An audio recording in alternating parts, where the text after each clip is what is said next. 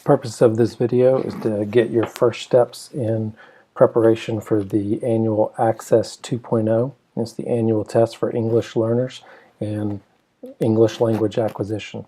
The test window is January 29th through March 9th. That's a shorter window than we've had in previous years on the back end. Last year we went to March 24th, so as you prepare for your test schedule, just make that consideration. If you're a new test administrator, you'll need to complete all online training modules, and I'll go over what those online modules are in just a moment. If you're a returning test administrator, you are required to complete those training modules every 2 years. So attached to this email is a spreadsheet showing your training dates, and in your login as well, I'll show you how to access your test history. If you have questions about whether or not you should train, please ask your test coordinator or me directly. I would recommend reviewing the test administration no matter what. It's a lot of information. Steve Miesmer and I will be hosting 2 online test administrator training and Q&A sessions. Those are going to be January 23rd from 2 to 4 and January 25th from 12 to 2. It is required that test coordinators attend at least one of those sessions, and test administrators can also attend. If you're a test administrator and you attend one of those sessions, you do not have to do a school-based training, but any test administrator not trained through these webinars will have to have a school-based training. I'm going to show you the link. Click Join Online Meeting. It'll pull up the Skype for Business link through Cabarrus County Schools. I'm on a Mac, so it says Open Skype Meetings app, which I already have installed on my computer. You can also join directly from the online window as well. So if you need help, I always recommend that you try to install that and log in prior to the meeting times to ensure that you can get in on the date of the meeting. If you need any help, contact me or let your instructional technology facilitator know you need assistance.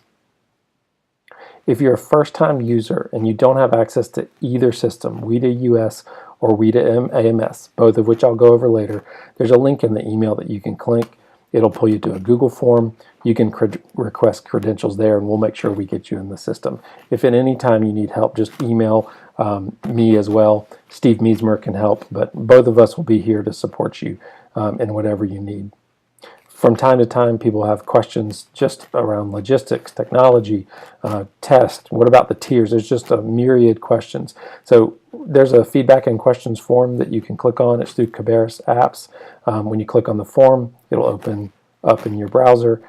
Just put your name, your school, your role, and type your question. I'll automatically get a notification of that, and we will answer it as soon as we can. If you don't like using forms and you can't remember where the link is, just email me directly, and I'll help you as well. So for the rest of the time, we're going to spend going through the 2 systems.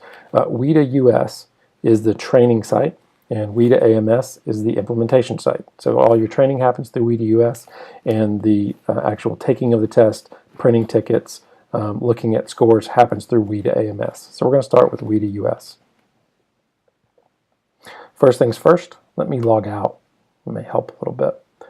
When you first log in, you should come to this part of the site right here. It's called your account and secure portal. If you can't log in, but you have had a login in the past, please don't request a new account. Your training over time is linked to your login, and in order to ensure that we have accurate data on your training, we want to make sure you get back in. So it's better to choose forgot username and password than to create a new one. If you don't have one at all, again, email me, email Steve, click on the form, we'll get you in the system. Let me orient you to the site. You've got your account information on the right where you can change your password, view your username, change your title, school, etc. You can click here, My Training Certificate, to see what assessments you have been cleared on to assess. You can see your complete training and quiz history over the years if you've trained multiple years, and see what you're trained on. There's also a spreadsheet attached to the email that you can view. We're going to look at really 4 buttons today in this training course: the kindergarten Access for ELL's training course, the alternate access training course, and the 1 through 12 online training course. We don't give the paper-based version in Cabarrus County Schools. And then you can link to the WIDA AMS site right here out of WIDA US. So this really is kind of your one-stop shop.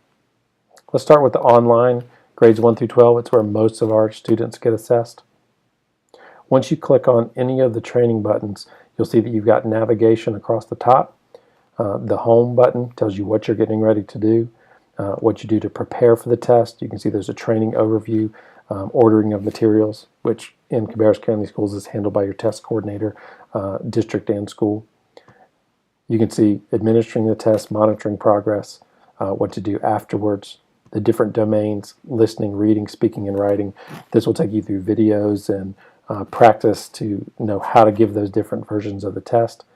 There is a glossary of terms as well. Let me go back to the home site.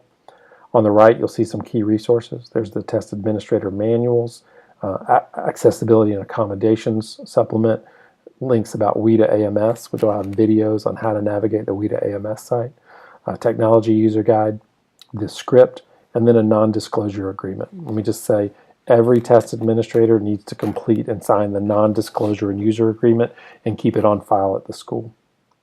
This checklist is very important. When you click it, it'll either download or open in a new window. It's set up so that 3 different roles are supported by one document. Your district test coordinator, your school test coordinator, and your test administrator. You can see they're color-coded, blue, green, and yellow. So if you're a school-based test administrator, you're going to be actually administering the test to students. You can scroll through and see what applies to you. You can see on page 2 there's a link there that does not apply to test administrators. And if you scroll farther down, you'll see there's some links that don't apply to school test coordinators or test administrators. But this is great. It just takes you through what to do before testing as you prepare to give the assessment. There's links embedded. You can print this out, check off the boxes in the right-hand side as you complete the different tasks. It's really important because the truth is given the access test is a very complex an assessment and involves lots of moving parts, so training is very important.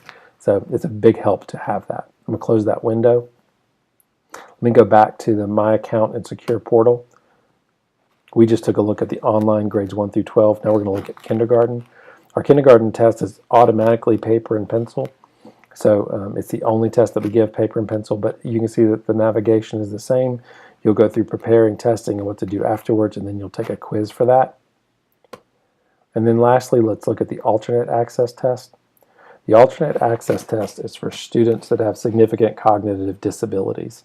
And so we have lots of students that are dual identified as ELL and special education, but students that fall into the category of specific learning disabilities, some behaviors, etc., don't necessarily qualify for the alternate access test. In North Carolina, I think the best way to say it is students on the extended content standards wouldn't typically qualify for the alternate access. Under the Preparing tab, you can see some more information about who should take it, and there's also a handy flowchart for you to go through. If you have any questions about whether a student should be taking the alternate access or the standard assessment, please reach out to me directly. I'm going to go back to My Account and Secure portal. Regardless of what your role is, you may need to access the WIDA AMS site, whether you are giving the assessment, creating tickets, looking at the score reports, so you can link to that directly from here. Again, if you don't have a login for that, fill out the form or email me directly.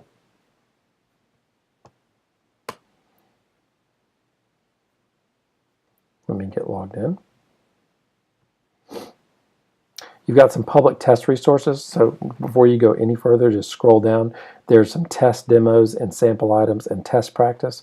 We want to make sure that every student has been familiarized with the system prior to taking the assessment. Because it's an online test, students have to navigate and interact with the computer, so there's test demos and test sites. These things are important for both students, but they're also important for you to know that the computers that you're going to give the assessments on work. Anytime that that's not working, we need to know about it. That's about it for this. I'm going to switch back over to the email. If you have any questions, please don't hesitate to reach out, and we look forward to supporting you during the administration of the access test. Thank you.